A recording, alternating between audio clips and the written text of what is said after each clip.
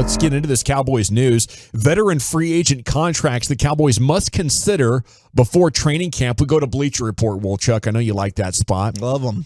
They got three guys for you. Three guys. You want either of them. Defensive tackle Shelby Harris. Let's consider that. Been averaging 4 sacks and 6 tackles for loss and 44 tackles in Seattle over the last 4 years. I think there's a roster spot if you would like a defensive tackle. Bohanna, Gallimore, Golston. You know, that's kind of on the tail end of some of your defensive tackles that you're using. So I could see the Cowboys, needing some depth, but I don't know. Like you're also in pretty good situation with Hankins and Mozzie Smith and Osa Odigizua, but Shelby Harris more of an accomplished guy than you have after those three gentlemen. So what do you guys say? How much would you like the Cowboys to consider Shelby Harris? 31 years old. I think he could be better than Quentin Bohanna and Neville Gallimore, but the names we're forgetting are Chauncey Golston. The Cowboys also took Junior Fajoko that they plan to kick inside and play D tackle. So Shelby Harris bigger. And Chauncey Golston, though, I think is a guy we're sleeping on a little bit. Yeah, I kind of feel like that when we make our predictions for, like last year when we were talking about Anthony Brown and Dorrance Armstrong, guys you think that might take the next little step up. I do think that Chauncey Golston is kind of figures some things out. Okay. I think that, he's a guy that's going to play the under tackle, the 3 technique, that outside shoulder. He's not a 1, but the guy is really good against the run. When you watched him at Iowa, he played as an edge. He's very similar to kind of like how DeMarcus Lawrence plays. He just doesn't have – the reason why you kick him inside is he didn't have the burst to be able to be that rush edge. But at a 3 technique, I think they might have found a place for him. Good football player. And, I think it is time to go. He's been in the NFL for a couple of years, hasn't produced much. But we're hearing a lot of good stuff about Chauncey. And I think that's, worth giving at least some more time to see what can develop. Player number 2, the linebacker Dion Jones. He was in Cleveland last year. But he'd been with Dan Quinn in Atlanta. The angle they're working here is that Overshown is not great at staying off blocks against the runs, and Jones had 137 tackles in 2021. Last year he played 11 games, only had 44 tackles. But, I think between Damone Clark and Jabril Cox and Overshown, you could be patient. But, heck, if we found out that between now and training camp they brought in Dion Jones, I think that would be something that I'd be optimistic about. They've had opportunities to get Dion Jones. People always want to link this because of the Dan Quinn connection. And I think we were hearing some whispers, much like we talked about the basketball IQ with Christian Wood. It might be a similar thing with Dion Jones. That's the issue. That's the issue right there. And I was going back and looking through my Gang of 7 notes, and somebody very familiar with the player would know, and he said the whole thing with the football intelligence, football IQ, stuff like that is not really good. He had one really good year. Yeah. I think that his best football is behind him. They could use a linebacker. I don't think he's an option. No, you don't want to just brush away any linebackers here, but man, I don't know that he's the answer. Yeah, we talked about that running back, linebacker, the 2 places for depth that you might be a little bit of questions at. 214 says Shelby Harris is a beast. He was with my Broncos. Yeah, got away. It's Jagon and Terrell. He's just expensive. Yeah, and then Zeke. I think nobody else is going to make a substantial offer. So you get into camp and see what Rico and Malik and Ron Jones are doing, and if they disappoint you, I think you could bring back Zeke quite easily.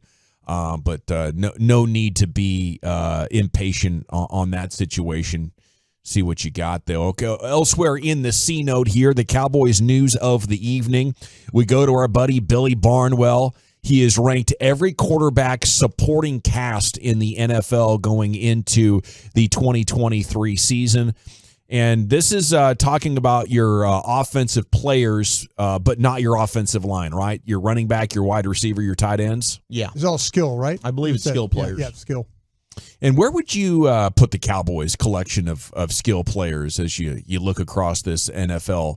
Do you think they're top 10? They're top 5? What do you say? Well, we named, 5 teams there today, early in Krusty's Corner, that doesn't need their quarterback to be great. Yeah, and Dallas was not in that top 5. No, I would take all 5 of those. I think I'd probably take, the Chargers. They've got a lot of weapons there. They've got Bengals.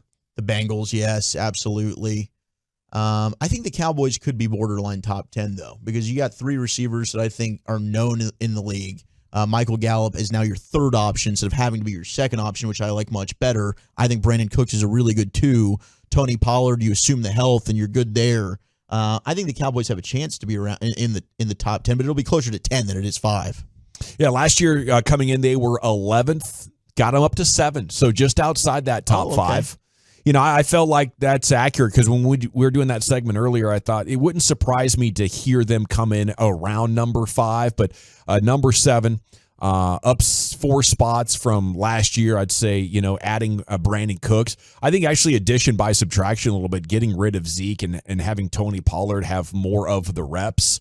I think addition by subtraction, letting Dalton Schultz go and having young, more dynamic playmakers, I think, in Ferguson and Hendershot take a chance with the ball and bringing in a better blocker with Hendershot, but he's got him 7. The 6 teams better. The Vikings there with Jefferson being so dang good. The Chargers at 5. The Seahawks at 4. Yeah. Put together quite a collection of great skill players. Hell of a roster. Yeah. Metcalf and Lockett and Jackson Smith and Jigba. Quarterback away, man. The Eagles at 3. The Bengals at 2, and then the number 1 group is your San Francisco 49ers there with McCaffrey and everybody. I'm surprised. I was just looking through Jacksonville's roster for their skill guys. Yeah. Calvin Ridley, Christian Kirk in that group now. You've got the quarterback with Trevor Lawrence. Ingram was really good last year. Evan Ingram was really, really good. Travis Etienne. They got Tank Bigsby from Auburn. We kind of liked him in the draft. Bigsby.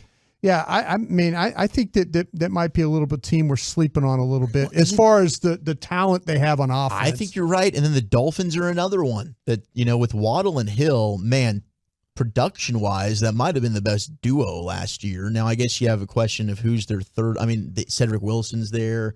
They just drafted Devin Achane from Texas A&M. They got Wilson and Mostert. Chosen Anderson. The Dolphins have a Braxton pretty good. Berrios. Who's their tight end?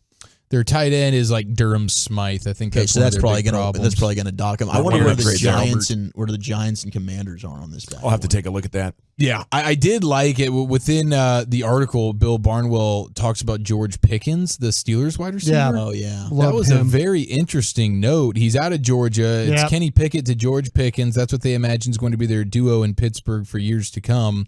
Bill Barnwell says nobody had it harder in 2022 than George Pickens. He had the lowest expected catch rate of any receiver in football. If he has easier throws to catch in 2023, it could unlock a new level from a possible star receiver. And you saw him make crazy catches, like one-handed, falling backwards. He's big, he's long, he's got a great radius. Talent-wise, he should have been a first-round pick. But is that not a giant indictment on Kenny Pickett? Yes. Yeah. Like Kenny Pickett just made life extremely hard on him. Yeah. Yeah, time to throw. I think maybe the coaches as well, but definitely a great sign if he can get a better supporting cast around him. A funny thing about Kenny Pickett playing with those gloves on. Mm-hmm. Funny. It's just kind of a weird thing to see him do that, but that's what he's always done. Can't buy in. Okay, so the Giants are down at 27 on this with Barkley. You know, they did add Darren Waller, but you look at their receiving core: Wan'Dale Robinson. Sterling Shepard. They got Campbell. They got it done last year with worse. I mean that's Daboll. That was a pretty lucky year, though. For sure, I would agree with that. Unless Daboll is some next level savant that can keep this thing rolling, I don't know if he actually is that. I think keep an eye on Mike Kafka. I think Mike Kafka. Oh yeah, Mike Kafka, the OC there. Andy Reid was so sad that he lost Mike. Yeah, Kafka was one of the guys we talked about in the Cowboys opening. I was like, maybe Kafka's a guy you should look at. Andy was hopeful. I mean, he wanted Eric Bieniemy to get a job. He really wanted Eric to get a head coaching job so he can keep Mike around, and it didn't work out that way. Okay, elsewhere here in the CNOTE, Cowboys news of the evening. A fun article from Touchdown Wire's Doug Farrar studied slot defender analytics. Cowboys have 2 of the top slot corners, and they have one of the best slot safeties. Deron Bland, 3 touchdowns, 4 picks, 2 PBUs, and an opponent passer rating of 81, third best in the league among slot defenders with at least 200 coverage snaps. And Jordan Lewis posted a 74.5 with 1 touchdown allowed, 3 picks on 61 targets, was at his most effective when he was targeted the most. 10 targets against the Buccaneers in week 1 and 13 times against the Giants. He had picks in each game and gave up just 10 receptions over the course of those 2 games. And then safety, Jaron Kearse, one of the best safeties in the league at the slot there. He comes in second on 23 slot targets last year. Okay, 845 says, Dawson, you're an idiot. Dalton Schultz is one of the most undervalued receiving tight ends in the league. Yeah, that's what the free agent market said when he became available, right? Oh, they had to jump on this Dalton Schultz. 1 for 9. Yeah, that was it was a competitive market. Might be a Houston Texan fan texting at you right now. Yeah, that might be. We might have some folks chiming in from Houston. And then an article about in the morning news, could Micah Parsons really play 8 positions? Our serious and not so serious projection here for Micah Parsons. Definitely all eyes on him with the defense this year once again. Outside of Dak Prescott, most important player on the team, no doubt. I think it's realistic that he could definitely play a handful. When you start getting into 7 or 8, that's not really playing the position. That's more just like dropping into coverage or being some sort of a decoy. But I think this guy is so good at wreaking havoc in the box. Like realistically, it's 3 different spots. Yeah, just moving him around within the box makes the most sense. And it's funny you mentioned the all eyes on him because I don't know even exactly what event he was at. He looked like he was at like some level of like a high school gymnasium, but John Machota tweeted out that Parsons was asked about him evolving and getting a lot of attention on the field. And he says, quote, "That's cool. Come. We want them to come.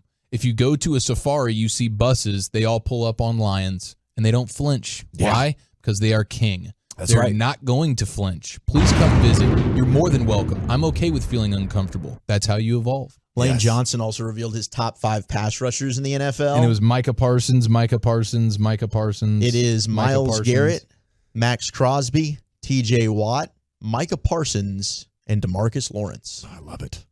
Yeah, that alpha mother nature energy, it's undeniable when you see it. I did, however, see a lion get whooped by a water buffalo last night on TikTok. Couldn't believe it.